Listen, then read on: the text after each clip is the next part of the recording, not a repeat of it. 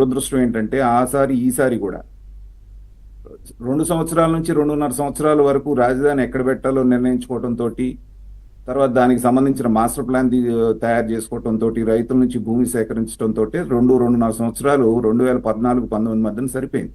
అవును. ఆ తర్వాత దాన్ని సాకారం చేయడానికి ఉన్నటువంటి సమయం కేవలం 2.5 సంవత్సరాలు మాత్రమే.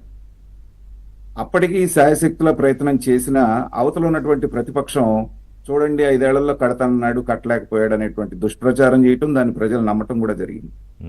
కానీ అదే పరిస్థితి మళ్ళీ ఇప్పుడు కూడా రావటం అనేటువంటిది ఈ చంద్రబాబు నాయుడు గారి దురదృష్టం. ఇవాళ కూడా చూడండి 2024 జూన్లో ఆయన ప్రమాణ స్వీకారం చేస్తే మొట్టమొదటి శాశ్వత నిర్మాణాన్ని ఇవాళ దాన్ని ఓపెన్ చేయగలిగారు. దాదాపు ఈ సంవత్సరం 4 నెలల కాలంలో ఏం జరిగిందో మీకు తెలుసు కదండి.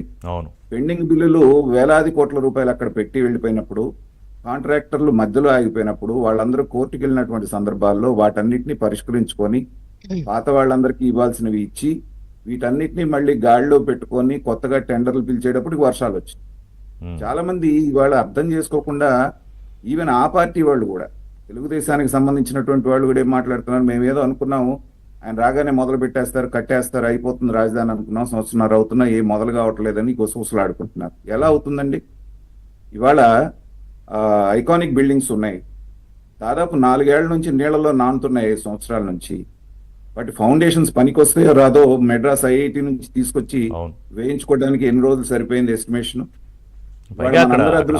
అడవుల్లాగా చేసిన వాటిని కూడా అన్ని మళ్ళీ డే 1 నుంచి స్క్రాచ్ నుంచి స్టార్ట్ చేయాల్సి వచ్చిందిగా. కేవలం జంగిల్ క్లియరెన్స్కే 3 నెలలు పట్టింది కదండి మనకి.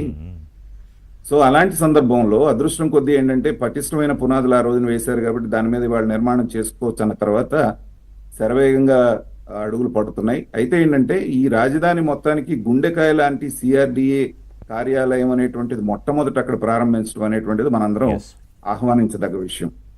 ఎందుకంటే ఇవాళ రైతులు వెళ్ళి ఎక్కడో విజయవాడలో ఉన్నటువంటి ఆఫీస్కి వాళ్ళు వెళ్ళటం, అక్కడ నానా ఇబ్బందులు పడటం మనం చూస్తున్నాం.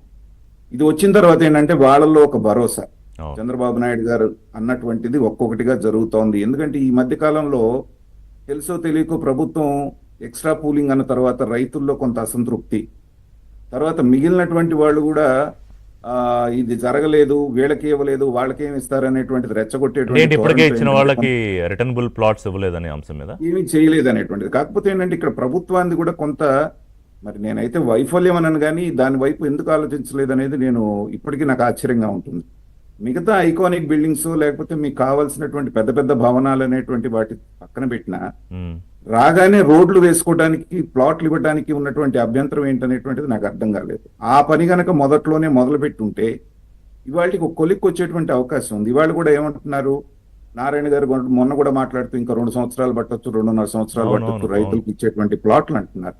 అక్కడే వాళ్ళు ఇబ్బంది పడుతున్నారు. ఎందుకంటే ఆల్రెడీ దాదాపు 10 ఏళ్ళు అయిపోతుంది. అయిన తర్వాత ఇంకొక 2 ఏళ్ళు అంటే ఏంటంటే అది ఆ పట్టణం మనం ఏదైతే అమరావతి అనుకుంటున్నాం దాని అభివృద్ధికి కూడా ఆటంకంగా ఉంటుంది. ఇప్పుడు కడుతున్నది ఏంటి రిషి గారు, కేవలం గవర్నమెంట్ బిల్డింగ్స్ మాత్రం కడుతున్నారు.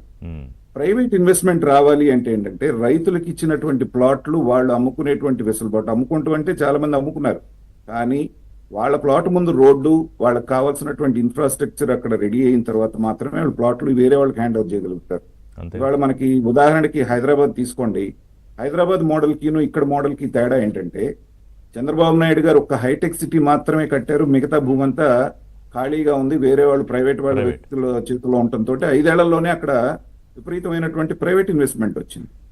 కానీ ఇక్కడ అడ్డంకిగా ఉంది ఏంటంటే ఇంకొక 2-2.5 సంవత్సరాల వరకు వాళ్ళకి రైతులకు ప్లాట్లు హ్యాండ్ ఓవర్ కానప్పుడు ఏంటంటే గవర్నమెంట్ బిల్డింగ్స్ మాత్రమే అభివృద్ధి చెందుతాయి, కానీ మిగతా ప్రాంతం అభివృద్ధి చెందే అవకాశం లేదు. కాబట్టి నా సూచన ఏంటంటే ఇప్పుడు ఇద్దరు ప్యానెల్లో ఉన్నటువంటి వాళ్ళిద్దరు అధికార పార్టీకి సంబంధించిన వాళ్ళు కాబట్టి వాళ్ళ ద్వారా నేను గవర్నమెంట్కి చేస్తున్నటువంటి సూచన ఏంటంటే మిగతావి ఒక 6 నెలలు అటు ఇటు అయినా ఈ బిల్డింగ్లు ప్రాబ్లం లేదు, కానీ వార్ ఫుట్టింగ్ బేసిస్ మీద 1 సంవత్సరం నుంచి సంవత్సరం లోపల కనుక రైతుల ప్లాట్లు, ఇన్ఫ్రాస్ట్రక్చర్, అక్కడ కావాల్సిన ఫెసిలిటీస్ కనుక ఇచ్చేస్తే చంద్రబాబు నాయుడు గారి శ్రమకి తగ్గటువంటి ఫలితం రెండో వైపు నుంచి కూడా, అంటే ప్రైవేట్ ఇన్వెస్ట్మెంట్ నుంచి కూడా వచ్చేటువంటి అవకాశం ఉంది. కాబట్టి ఖచ్చితంగా చంద్రబాబు నాయుడు గారి సామర్థ్యం మీద అందరికీ నమ్మకం ఉంది. అలాగే భగవంతుడు రాష్ట్రాన్ని ఎలా ఆశీర్వదించారంటే ఇవాళ తెలుగుదేశం బలం కూడా అక్కడ కావాల్సి రావటం అనేటువంటిది కేంద్ర ప్రభుత్వంలో, అది ఆంధ్రప్రదేశ్ కలిసి వచ్చినటువంటి మరొక అంశం.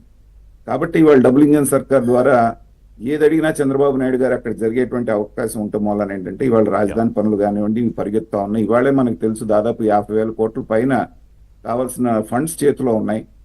యంత్రాంగం అంతా దిగింది, కావలసినటువంటి ఇన్ఫ్రాస్ట్రక్చర్ అంతా రెడీ అయింది. కాబట్టి ఇక ఆంధ్రప్రదేశ్ మన అమరావతి అభివృద్ధిని ఎవరు అడ్డుకోలేరు అనేటువంటిది తేటతెల్లం అవుతుంది. ఆ విషయంలో రైతులు ప్రజలు కూడా సంతోషిస్తున్నారు. కాకపోతే ఏంటంటే రైతుల ప్లాట్లు మళ్ళీ ఒకసారి నేను చెప్తాను, ఎందుకంటే వాళ్ళ తరపున నేను మాట్లాడుతున్నాను, వాళ్ళతో రోజు మాట్లాడుతున్నాను కాబట్టి చెప్తున్నాను. వీలైనంత తొందరగా ప్రభుత్వం వార్ ఫుటింగ్ బేసిస్ మీద ఓకే, ఆ ప్లాట్లు అభివృద్ధి చేస్తే మాత్రం బ్రేక్ తీసుకున్న తర్వాత మీరు చెప్పిన సూచన మీద వారిద్దరూ ఒపీనియన్ తీసుకుంటూ కూడా మిగతా సమగ్ర అభివృద్ధి దిశగా ఇప్పుడు ఆలోచన చేయడం ప్రభుత్వం ఇవాళ ముఖ్యంగా